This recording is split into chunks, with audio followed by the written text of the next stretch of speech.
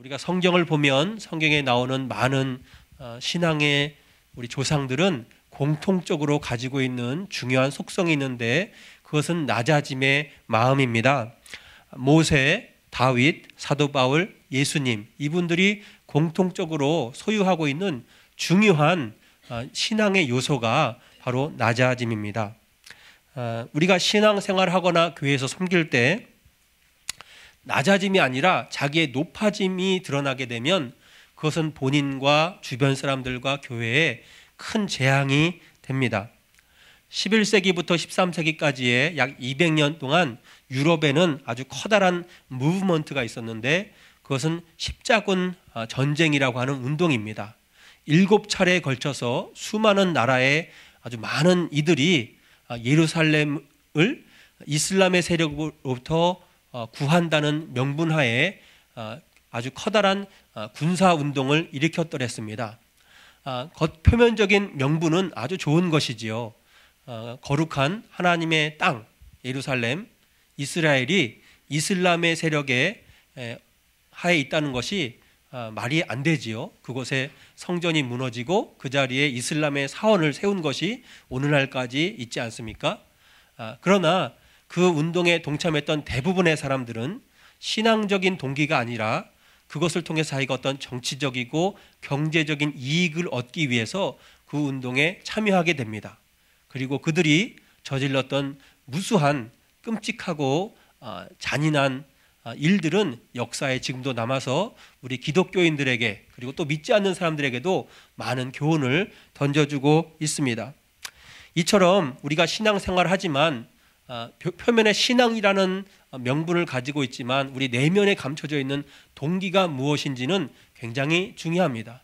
그리고 그것이 우리 개인과 주변과 교회에 미치는 영향은 막대하다고 할 수가 있습니다. 우리 마음이 높은 마음도 있고 낮은 마음도 있습니다. 그리고 높은 마음에서 나오는 죄도 있고 낮은 마음에서 나오는 죄도 있습니다. 낮은 마음에서 나오는 죄는 이런 죄들입니다. 슬픔, 낙심, 두려움, 좌절, 염려, 절망, 근심. 자, 이런 것도 죄입니까?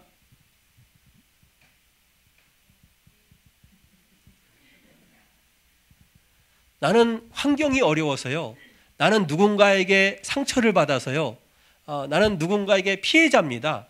그래서 제가 두려워하고 염려하고 낙심하는데 그게 내가 무슨 잘못인가요? 나는 아무것도 안 하고 환경이 그래서 그런 것이고 누군가가 나에게 상처를 주었기 때문에 그런 것이고 나는 수동적으로 다만 나는 상황에 영향을 받은 것뿐이고 피해를 입은 것뿐인데 그것도 죄가 됩니까?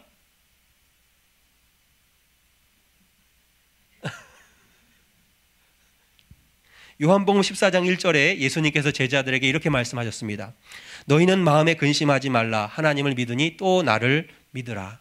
우리의 근심과 좌절과 두려움과 낙심은 겉에 나타나는 열매고 더 근본적인 뿌리를 파고 들어가면 그 안에는 하나님에 대한 불신앙이 자리 잡고 있습니다.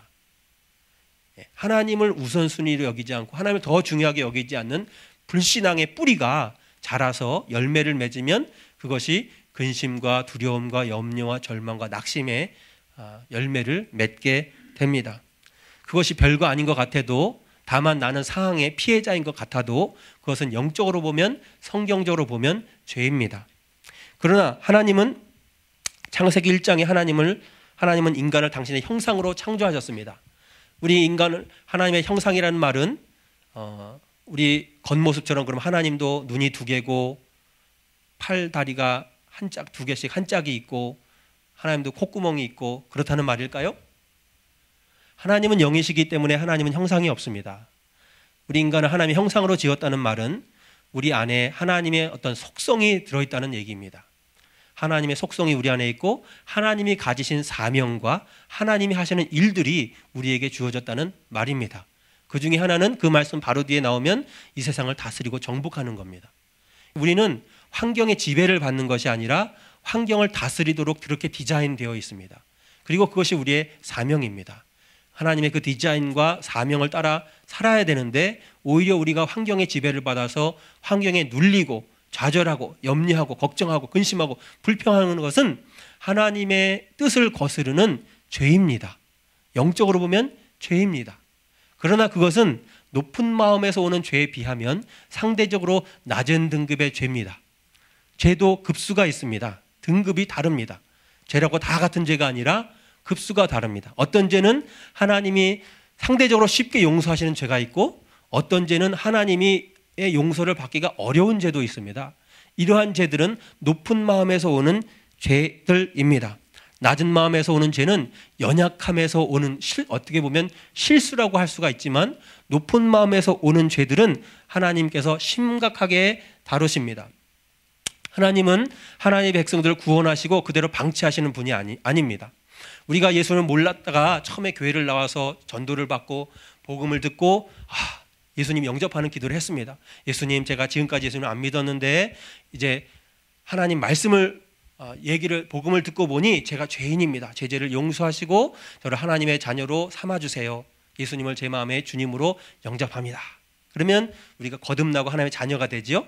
그러면 하나님이 야, 너무 축하한다. 근데 내가 너무 바쁘니까 너 열심히 네 지혜와 능력을 다 동원해서 열심히 살아봐라. 넌 잘할 수 있을 거야. 자, 우리 화이팅! 그리고 하나님은 하나님 일에 바쁘니까 하나님 일 열심히 하시고 또 우리는 우리 나름대로 열심히 신앙생활하고 그런 것이 아닙니다. 네, 그런 것이 아니고 하나님이 자녀가 되는 순간부터 하나님은 우리의 삶 가운데 깊이 관여하셔서 우리와 함께 하시고 우리를 인도하실 뿐만 아니라 우리를 다루십니다. 주무르시고 붙잡아 주시고 다루십니다. 하나님의 말씀으로도 다루시고 우리의 인생을 통해서도 다루십니다. 사무엘하 7장 14절에 보면 사람의 막대기와 인생의 채찍으로 다루신다는 말씀이 나옵니다. 이사야 40장 3절로 5절 보면 아까 여기 나와 있던데 우리 같이 읽어볼까요? 중요한 말씀이에요. 예수님과 침례 요한이 이 땅에 와서 천국의 복음을 전파할 때 가장 먼저 그리고 가장 많이 인용한 구절입니다. 이게 천국과 관련되어 있고요. 우리 심령과 관련되어 있습니다. 같이 읽습니다. 시작. 외치는 자의 소리여 이르되 너희는 광야에서 여호와의 길을 예비하라. 사막에서 우리 하나님의 대로를 평탄하게 하라. 골짜기마다 도두어지며 산마다 언덕마다 낮아지며 고르지 아니한 곳이 평탄하게 되며 험한 곳이 평지가 될 것이요 여호와의 영광이 나타나고 모든 육체가 그것을 함께 보리라. 이는 여호와의 입이 말씀하셨느니라. 아멘. 성경에서 광야는 우리의 심령을 상징합니다. 광야는 우리의 심령이에요. 그런데 광야에 여호와의 대로를 놓으신대요. 왜냐하면 그 이유는 그래야 여호와의 영광과 은총이 나타나기 때문입니다. 순서가 있는 거예요. 대로가 먼저 놓아지고 그 다음에 하나님의 영광과 은총이 나타나는 겁니다. 우리의 심령 가운데 하나님이 역사하실 수 있는 통로가 만들어져야 우리의 삶 가운데 하나님의 손길이 나타나고 그분의 역사와 능력과 영광과 은총이 나타나는 겁니다. 하나님의 백성들이 축복받는 것은 그렇게 어려운 일이 아닙니다. 하나님은 우리를 축복 안 해주시려고 하는 아주 인색하고 짠 하나님인데 우리 막 쫄라가지고 하나님 제발 저를 절대 축복해줘야 됩니다. 안 해주면 큰일 납니다. 나 어떻게 될지 몰라요. 막 이러면서 하나님을 협박하면서 반은 협박해서 하나님 제가 인생을 이렇게 살아야 되겠습니까? 저를 축복해주세요. 막 그러면 할 수 없이 하나님이 우리를 축복해주는 하나님이 아니시고 하나님은 우리를 축복하길 원하세요. 그래서 우리를 들어 사용하길 원하세요. 근데 그 전에 이루어져야 될 일이 우리 마음에 광야의 대로가 놓여져야 됩니다. 대로가 놓여져 거기 하나님의 영광과 축복이 나타납니다. 그런데 우리 마음의 광야에 어떤 사람은 움푹 파인 골짜기가 있고요. 어떤 사람은 불쑥 솟은 산이 있습니다. 그러면 대로가 놓여질 수 있을까요? 하이웨이를 놔야 되는데 고속도로를 놔야 되는데 거기 움푹 파인 골짜기도 있고 불쑥 올라간 산도 있습니다. 그래서 먼저 골짜기는 메우고 높은 산은 골짜기는 돋우고 산은 깎아서 평평한 평지를 만들어서 거기에 대로를 놓는 겁니다. 그게 우리의 심령이고 우리의 인생입니다. 어떤 사람은 낮은 심령이 가진 사람이 있습니다. 너무 낮은 심령은 늘 환경에 휘둘리고 주변 사람들에 휘둘리고 맨날 상처받고 맨날 여기 치고 저기 치여서 그런 사람입니다. 그런 사람은 골짜기가 이렇게 푹 파인 사람입니다. 어떤 사람은 산이 이렇게 올라가는 사람, 높은 마음을 가진 사람이 있습니다. 강한 성격을 가진 사람이 있고요. 자기 고집이 강하고 자기 주장이 강한 사람들이 있습니다. 그런 사람들 어떻게 될까요? 산을 깎아야 됩니다. 근데 하나님이 깎으시는 방법이 사람의 막대기와 인생의 채찍으로 깎으시는 거예요. 근데 그거보다 더 좋은 길이 있습니다. 그거는 하나님의 말씀과 기도의 은혜로 그렇게 다룸을 받으면 돼요. 말씀으로 다룸 받으면 돼요. 오늘 이 말씀 들으시고요, 저와 여러분이 내가 낮은 마음을 가져야 되겠다, 눈물도 흘리고 은혜 받고, 하나님 제가 지금까지 높은 마음 가졌던 거 회개합니다, 용서해 주세요, 이제부터 낮은 마음 갖겠습니다, 이러면 은혜스럽고 금방 끝나요. 간단하게 끝납니다. 예. 야고보 3장 1절에 너희는 많이 선생이 되지 말라, 막 남을 가리키려고 그러고 자기가 아는 지식이 최고인 줄 알고 자기 경험이 최고인 줄 막 가리키려고 그러고, 다른 사람 막 쥐고 흔들려고 그러지 말라고. 너는 더 하나님한테 더 심판을 많이 받으니까 야고보 3장 1절에 너는 많이 선생이 되지 말라. 근데 막 하나님 믿는다고 하면서 자기가 막 선생이 되고 자기가 다른 사람 막 좌지우지하려고, 그러다가 그러면 사람의 막대기와 인생의 채찍으로 인생의 굴곡이 생기는 거예요. 인생에 하나님을 믿는데 왜 인생에 어려움이 생기고 굴곡이 생기냐면 둘 중에 하나예요. 그 사람이 굉장히 큰 하나님의 사명을 받아서 굉장히 하나님의 큰 그릇으로 준비되어야 될 사람은 그렇게 많이 굴곡을 겪습니다. 그래야 다듬어지니까. 두 번째는 그의 심령이 상태가 안 좋아서 그래요. 골짜기도 많이 패이고 산도 올라가 있고, 이건 뭐 길을 닦을 수가 없습니다. 하나님의 영광이 나타나기에는 적합하지가 않은 경우에는 하나님이 인생의 구비로 그 사람을 다루어 가시는 거예요.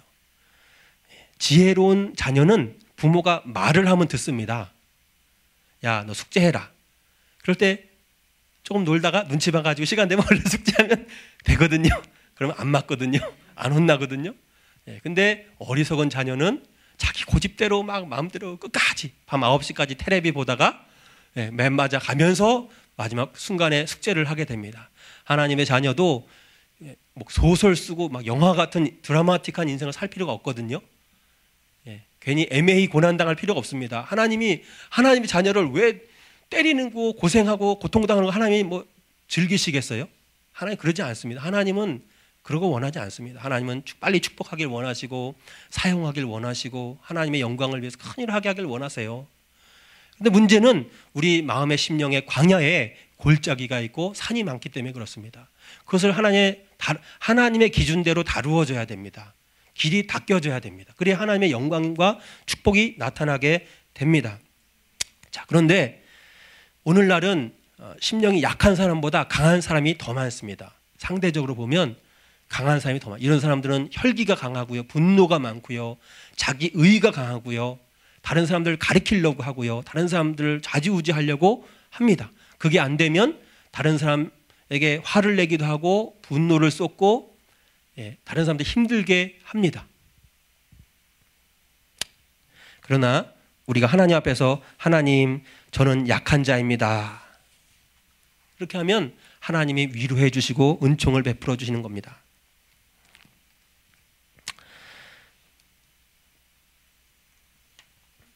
사무엘상 9장 21절에 보면 사무엘 선지자가 사울을 부를 때 사울은 자기 자신을 이스라엘에서 가장 작은 자라고 거절합니다. 야, 너는 이제 이 나라의 대통령이 되라. 그런데 저는 이 나라에서 가장 작은 자입니다. 저는 대통령 감이 안 됩니다. 제목이 안 됩니다. 그래도 하나님이 또 부르시는 거예요. 그래서 그 다음 장에 10장 22절에 가면 사무엘 선지자가 사울을 기름 부으려고 찾아갔더니 동네 사람들이 많이 모였는데 사울이 진보다리들 사이에 숨습니다. 생각해 보세요. 다 큰 어른이 사람들이 많이 모여 있는데 창피하고 부끄러워서 진보다리 이렇게 숨어서 자기를 가리려고 합니다. 근데 뭐 다 큰 어른이 그게 가려지겠어요? 금방 들켜서 사무엘 선지자가 불러다가 기름을 붓습니다. 그리고 이스라엘의 왕으로 초대 왕으로 삼습니다. 사울은 자기 자신이 가장 작은 자로 여길 때 하나님의 선택을 받았습니다. 그런데 10장에서 11, 12, 13, 3장이 지나가게 되면 사울은 자기가 대단한 사람이라고 자기 자신을 여기고 자기 본분에 지나치는 제사를 드린 것 때문에 하나님께 버림을 받습니다. 사울은 왕이지만 제사장은 아닙니다. 자, 우리들은요, 하나님의 자녀들, 하나님이 각각마다 다 사명과 본분이 다 다릅니다. 여러분이 여기 저보다 더 믿음도 훌륭하시고 뭐 훌륭하신 분들이 많지만, 그러나 그렇다고 해서 다 나와가고 설교를 하면 예배가 안 되겠죠? 예. 훌륭하지만 들어주는 사람도 더 많아야 됩니다. 사실은 말하는 사람은 한 사람이면 족하고 듣는 사람들이 많아야 그게 좋은 거예요. 하나님의 나라는 사명이 다 다릅니다. 여러분은 세상에 나가서 하실 일들이 더 많은 분들이 교회에 들어오면 좀 이렇게 들어줘야 되는 그런 사명을 받으신 분들입니다. 사울 왕이 왕으로서 나라를 다스리는 본분은 하나님께 받았지만 제사를 인도하는 그런 본분은 하나님께 받지 못했어요. 그런데 마음이 높아져서 제사를 드리고 하나님이 그를 왕으로 삼은 것을 후회하십니다. 겨우 10장에서 왕이 되고 11, 12, 13 3장이 지나서 마음이 높아져서 하나님께 버림을 받습니다. 이게 그 사람의 분량이에요. 그릇의 분량. 어떤 사람은요, 그릇이 큰 사람이 있고 작은 사람이 있는데, 작은 사람은 간장 종지에는 조금만 간장을 담아도 금방 넘치잖아요. 하나님의 축복과 은혜를 받으면 처음에는 안 그랬는데 겸손한 사람이 금방 마음이 높아져서 교만해지면 하나님께 버림받는 사람이 있습니다. 그릇이 큰 사람은 아무리 하나님이 은혜와 축복을 줘도 마음이 높아지지 않는 사람, 끝까지 하나님께 쓰임받는 사람입니다. 그 사람이 그릇이 큰 거예요. 그릇이 작고 큰 걸 뭘로 알 수 있냐면, 그 사람이 어느 정도 축복을 받으면 마음이 변하는구나, 이걸로 알 수 있는 거예요. 모세를 볼까요? 모세는 출애굽기 3장에서 하나님께 부르심을 받거든요. 너도 이스라엘의 왕이 되라. 애굽의 압제에서 이스라엘을 구해라. 그때 모세의 나이가 80입니다. 은퇴하고도 한참 지날 나이입니다. 여기 어르신들이 몇 분 계신데 머리가 하얗신 어르신도 계시네요. 죄송합니다. 농담입니다. 자, 그래도 제가 볼 때 80이 되신 분은 안 계신 것 같아요. 그렇죠? 예, 아버님 80은 아직 안 되셨죠? 예, 거의 다 돼가, 예, 거의 다 돼가세요. 그래도 아직 거기까지는 아니시잖아요, 그죠?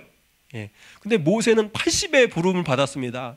모세가 하나님 참 감사하긴 한데요, 제가 허리도 아프고요, 무릎도 아프고요, 그 다음에 대통령이 되려면 백성들 이름도 다 기억해야 되잖아요. 개똥이 엄마 왔네, 소똥이 아버지 왔네, 이런 거 다 기억해야 되는데 제가 기억력도 안 좋고요, 지금 못합니다.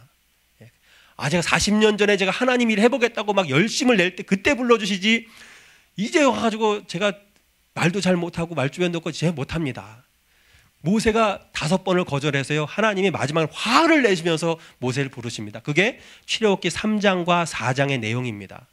모세가 거기서요, 처음에 모세가 하나님이 딱 불렀을 때, 하나님 감사합니다, 제 생각에는 영 아니지만 하나님이 뭔가 깊은 뜻이 있으셨겠지 하고 바로 순종했으면 모세 출애굽기 4장 없습니다. 3장 몇 절 이렇게 하다 그냥 지나가거든요. 근데 모세가 5번 거절하는 바람에 성경이 길어졌습니다. 하나님이 모세를 부를 때 모세가 뭐라고 했냐면요, Who am I? Who am I? 무슨 말입니까? I'm nobody. 나는 아무것도 아닙니다. 그 말이에요. 하나님이 모세를 불꽃 가운데, 환상 가운데 하나님의 실제 목소리로 하나님 모세를 불렀는데, 모세는 저는 아무것도 아닙니다. 그럴 때 하나님 모세를 들어 사용하였습니다. 그런데 모세가 언제 버림받습니까? 민수기 20장에 가면 모세가 백성들이 말을 안 듣고 그러니까 리더가 화가 나잖아요. 따르는 사람들이 말을 안 듣고 막 그러니까, 하나님이 시켰는데, 내가 혼자서 생각한 것도 아니고 하나님이 시켰는데 안 들으니까 지팡이로 반석을 2번 쳤는데, 그것 때문에 하나님이 모세를 버리십니다. 여기서 버렸다는 말은 모세가 지옥 갔다, 그 말이 아닙니다. 그 말이 아니고 하나님의 축복과 붙잡아 주심과 기름 부으심이 떠났다는 그 말이에요. 이 말은 하나님의 기름 부으심과 은혜를 아는 사람은 이게 무슨 말인지 압니다. 그게 그게 정말 무서운 거예요. 하나님의 자녀에게 무서운 거는 지옥은 안 가죠. 하나님의 자녀인데 지옥은 안. 그러나 하나님이 들어서 사용하시다가 축복해 주시다가 붙잡아 주시다가 그걸 이렇게 딱 놓는 거예요. 그냥 나는 나 혼자고 하나님은 하나님 따로 계시고 나는 나 혼자서 살아야 되는 거예요. 이 얼마나 무서워요. 그게 민수기 20장에 가서 그 일이 벌어집니다. 근데 그래도 모세는 사울보다는 낫습니다. 왜냐하면 사울은 사무엘상 10장에서 기름 부음 받고 11, 12, 13 3장 뒤에 마음이 높아져서 버림을 받아요. 모세는 출애굽기 3장에서 부름 받고 출애굽기 레위기, 민수기. 그래도 민수기 거의 끝이니까 책 거의 2권을 그래도 하나님에게 붙잡혀서 쓰임 받은 거예요. 여러분은 몇 장짜리 믿음이 되고 싶으세요? 아니면은 저도 한 책 2권짜리 하나님께 축복받고 쓰임받는 책 2권짜리 믿음은 되고 싶습니다. 만약에 저의 간증을 성경책으로 내놓는다면 저는 그래도 책 2권짜리는 되고 싶습니다. 더 믿음이 크신 분은 한 5권쯤 하시고, 아니면 저는 책 1권, 책 2권. 저는 책 2권짜리 믿음이 되고 싶습니다. 이렇게 그래도 우리가 그렇게 기도해야 되잖아요. 그죠? 3장짜리 축복받고 또 금방 또 마음이 높아져가지고 자기 본분을 벗어나서 행동하다 버림받는 사울 같은 3장짜리 믿음은 안 할래요, 하나님. 그래서 저는 책 1권, 적어도 1권, 책 2권은 짜리 믿음은 되고 싶습니다. 사무엘상 16장에 하나님께서 사무엘 선지자를 통해서 다윗을 부르십니다. 13장에 사울이 버림받고 16장에 가면 다윗을 부르세요. 기름 부음이 옮겨갔다는 말이고, 요한계시록 표현을 빌면 촛대가 옮겨진 거예요. 하나님이 누구를 사용하시다가 그 사람이 마음이 높아지면 하나님이 촛대를 옮기시고요, 기름 부으심을 옮기십니다. 나에게 주셨던 축복을 하나님이 이렇게 옮겨가십니다. 그런데 하나님께서 사무엘 선지자에게 다윗을 부르라고 하기 전에 사무엘 선지자를 마음의 준비를 시키십니다. 사무엘 선지자는 당대 최고의 영적 지도자로서 얼마나 영적인 분별력이 뛰어났겠어요. 사람 딱 보면은 저 사람이 어떤 사람인가 다 알았겠죠. 근데 네가 아무리 영적인 지도자고 분별력이 뛰어나도 네가 다윗을 보면 분명히 다윗은 왕감이 아니라고 생각할 거다. 그래서 사무엘 선지자를 훈련시키는데 뭐라고 하시냐면, 사람은 외모를 보거니와 나 여호와는 중심을 보느니라 하고 미리 주의를 줍니다. 그래서 사무엘아, 네가 앞으로 내가 다음 왕으로 삼을 사람을 만나거든 그의 외모를 보지 말고 그의 중심을 보고 내가 골랐다는 것을 명심해라. 그러면 실수하지 마라. 외모를 보고 실수하지 마라. 이렇게 마음의 준비를 시킵니다. 외적인 조건으로 따지면 다윗은 8남매 중에 막내였고요, 나이도 어린 사람이었고요, 당시에 이스라엘 가장 천한 직업 중에 하나인 목동이었습니다. 신분도 출신도 아무것도 안 좋았어요. 그러나 그에게는 하나님 마음에 합한 마음이 있었는데 겸손함이 있었습니다. 사무엘하 11장에 가면 다윗이 일생일대에 거의 유일한 실수를 하며 죄를 저지릅니다. 거의 유일한 죄. 한 번 더 죄가 있긴 하지만 그래도 큰 죄 한 번을 저지르는데, 그것이 자신의 충신인 우리아를 죽게 하고 그의 아내를 취하는 겁니다. 자, 인간적으로 따지면 자기 가정도 돌보지 않고 나를 도와주는 충신이고 친구입니다. 그 사람을 배신해요. 그 사람을 죽게 합니다. 그리고 그의 아내를 빼앗습니다.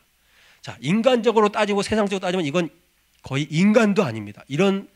혹시 여러분은 이런 사람 만나면 상대를 하지 마세요. 내가 아무리 그 사람한테 충성을 해봤자 나를 배신하고 나를 죽이고 내 아내까지 빼앗는 이 사람은 이건 심한 표현을 써도 이건 됩니다. 교회니까 못하지만 인간도 아니에요. 그런데 하나님이 나단 선지자를 통해서 다윗을 깨우치세요.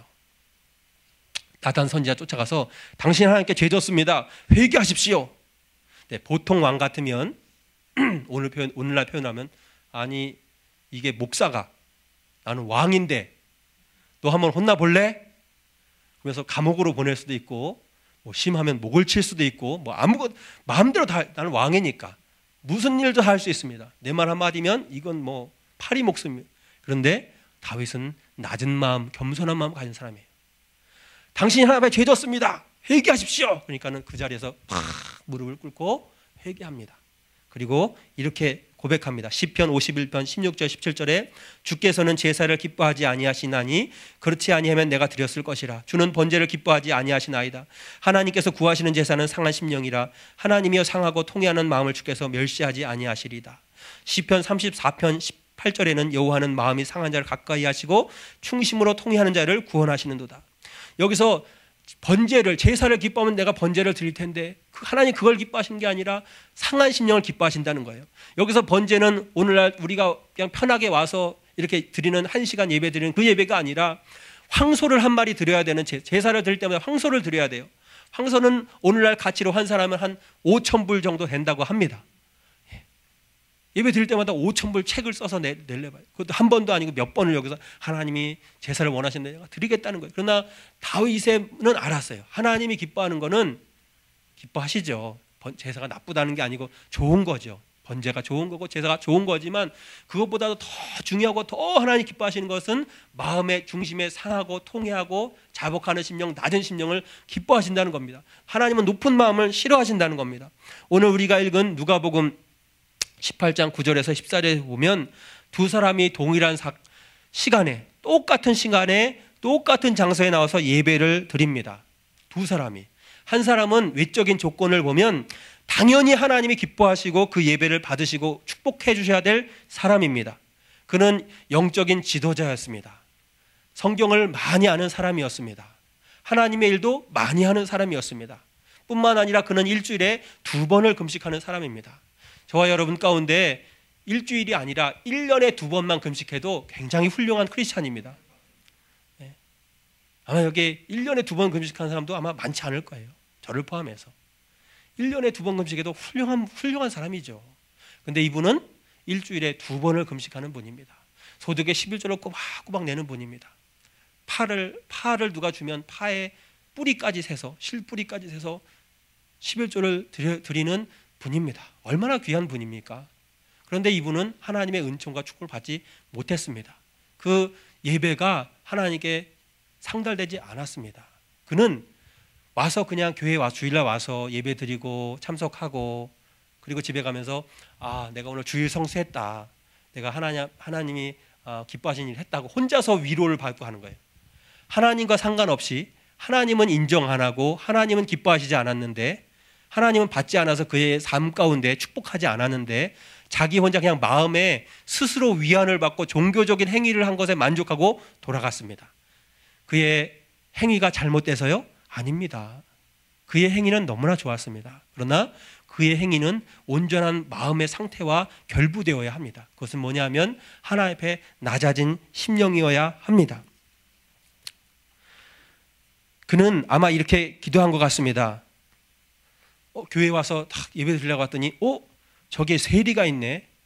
저런 나쁜 놈. 아니 우리 소중한 교회에 저런 사람이 교인이 온단 말이야. 자존심 상하고 창피하고 수치스럽고 만약에 다른 사람들이 우리 교회에 저런 사람이 나온다는 걸 알면은 우리 그걸 어떻게 생각하겠어 도대체. 나를 또 저 사람하고 비슷한 수준으로 볼 거 아니겠어. 정말 수치스러워서 정말 같이 못 있겠네. 예배가 안 되고 정말 너무 힘든 거예요. 그래도 하나님 사랑으로 용서해야지 이러면서 그랬을지도 몰라요. 그리고 하나님께 고개를 하늘을 향해서 고개를 들고 두 손을 들어서 하나님 제가 일주일 동안 얼마나 하나님의 일을 많이 했는지 모릅니다. 얼마나 제가 거룩하고 열심히 살았는지 모릅니다. 하나님 저를 축복하여 주시옵소서. 그리고 돌아갔습니다. 근데 하나님은 그의 기도를 받지 않으셨다고 말씀합니다. 세리는 여러분이 잘 알다시피 외세의 힘을 등에 업고 같은 민족의 등을 치고 피를 빨아먹는 악질입니다. 악질. 같은 형제의 피를 빨아먹는 거예요. 로마의 힘을 등에 업고.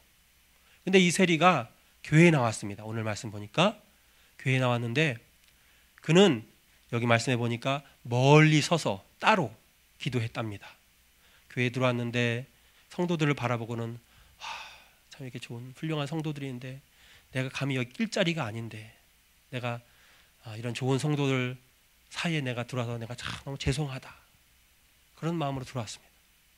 그는 감히 고개를 들어 하늘을 쳐다볼 수가 없었습니다. 여기 말씀해 보니까 왜냐하면 내가 일주일 동안 내 이 눈으로 몸으로 손으로 입술로 마음으로 수많은 죄를 저지르고 내 마음이 더러워졌는데 혹시 내 더러운 눈으로 고개를 들어 하늘을 바라보면 하나님이 계신 그 하늘이 더럽혀지지 않을까. 그게 두려웠어요. 그게 죄송스러웠어요. 그는 아마 교회에 들어올 때 성전에 들어올 때 내 더러운 이 발로 성전을 밟는 것이 너무 죄스럽게 느껴졌을지 모르겠습니다. 내가 이 성전에 들어오는 것 때문에 이 성전이 더럽혀지는 것은 아닐까? 이 교회가 더러워지는 것은 아닐까? 그런 마음으로 이 세리는 교회에 들어왔습니다. 그는 하나님 앞에 감히 어떤 말도 할 수가 없었습니다. 어떤 말도 할 수가 없어서 고개만 푹 숙인 채 가슴을 치면서 하나님 앞에 통회하고 애통했습니다. 무슨 말을 할 수가 있겠어요? 나는 죄인인데. 그래도 하나님이 아니면, 이 교회가 아니면, 주의 성전이 아니면 제가 세상에서 그 어디서 구원의 소망을 가질 수 있겠습니까? 제 인생의 소망을 어디서 얻을 수가 있겠습니까? 아마 그런 마음으로만 그런 생각을 했을 것 같아요. 하나님, 안 되는 줄 알지만 저를 불쌍히 여겨주셔서 하나님, 저를 긍휼히 여겨주세요. 주의 은총으로 저를 덮어주세요. 그렇게 아마 몇 마디 되뇌이고 조용히 되뇌이고 나갔는지 모르겠습니다. 그런데 예수님께서는 바리새인이 아니라 세리가 그날 의롭다함을 받았다고 말씀하셨습니다.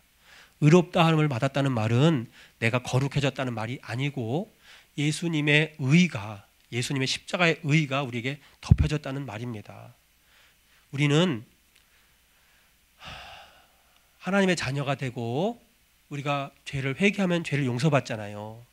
그렇다고 해서 우리가 의인이 되는 게 아닙니다. 하나님의 자녀가 되면 우리가 의인이 되는 게 아닙니다. 그냥 의롭다고 여겨주시는 것 뿐이고 그리스도의 십자가의 의를 우리에게 덮어주시는 거예요. 마치 그냥 어떤 겉옷을 우리에게 입혀주시는 것처럼 그리스도의 십자가의 의의 옷을 우리에게 입혀주시는 것 뿐이에요. 그게 나는 아닌 거예요. 그 겉옷이 나는 아닌 거예요. 나는 여전히, 우리 안에는 여전히 죄의 속성이 남아있을 뿐입니다. 예수님 다시 이 땅에 오실 때 우리가 영화롭게 우리가 변화될 때까지는 여전히 우리 안에는 죄의 속성이 남아있습니다.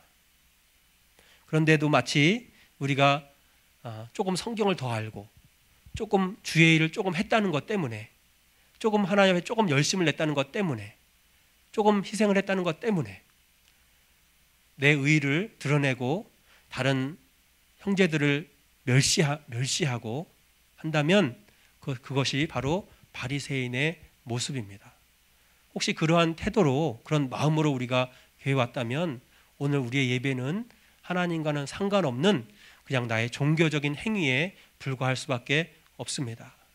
오늘 우리가 이 교회를 떠나서 가정으로 돌아가기 전에 저는 저와 여러분이 드리는 예배가 하나님께 받으시는 예배가 되기를 원합니다. 우리가 하나님께 올려드리는 기도가, 찬양이 하나님께서 받으시는 기도와 예배가 되기를 원합니다. 그런데 그렇게 되려면 우리의 행위가 아니라 우리의 마음 가운데 진정으로 낮아지는 마음이 필요합니다. 그 낮아지는 마음은 상하고 통회하는 심령으로 나타나게 됩니다. 진정으로 낮은 마음은 이 세리와 같은 상하고 통회하는 마음으로 나오게 됩니다. 물은 높은 곳에서 낮은 곳으로 흐르는 것처럼 하나님의 은혜도 낮은 곳으로 흐릅니다. 하나님의 마음은 높은 데 있지 않고 하나님의 마음은 낮은 곳에 있습니다. 그래서 하나님은 당신의 하나밖에 없는 귀한 외아들을 낮고 낮은 이 땅에, 저 높은 천국 보좌를 버리시고 이 땅에 내려보내셨습니다. 하나님의 마음은 낮은 마음입니다. 하나님은 오늘날 낮은 마음을 가진 사람을 찾고 계십니다. 왜냐하면 그러한 마음을 가진 사람이 희귀하기 때문입니다. 오늘날 이 시대에는 높은 마음을 가진 사람, 강한 마음, 자기 주장이 강하고 자기 의의가 분명한 사람은 너무나 많은데, 그러나 겸손한 사람, 낮은 사람, 그런 마음을 가진 사람은 희귀합니다. 그래서 하나님은 눈을 크게 뜨고 그런 마음을 가진 사람을 찾으시는 거예요. 그리고 그런 마음을 가진 사람이 하나님의 마음과 합한 사람입니다. 그 마음이 다윗과 같은 마음인 거예요. 예수님의 마음입니다. 우리 시간에 찬양 같이 하도록 하겠습니다. 아버지의 마음이라는 찬양입니다.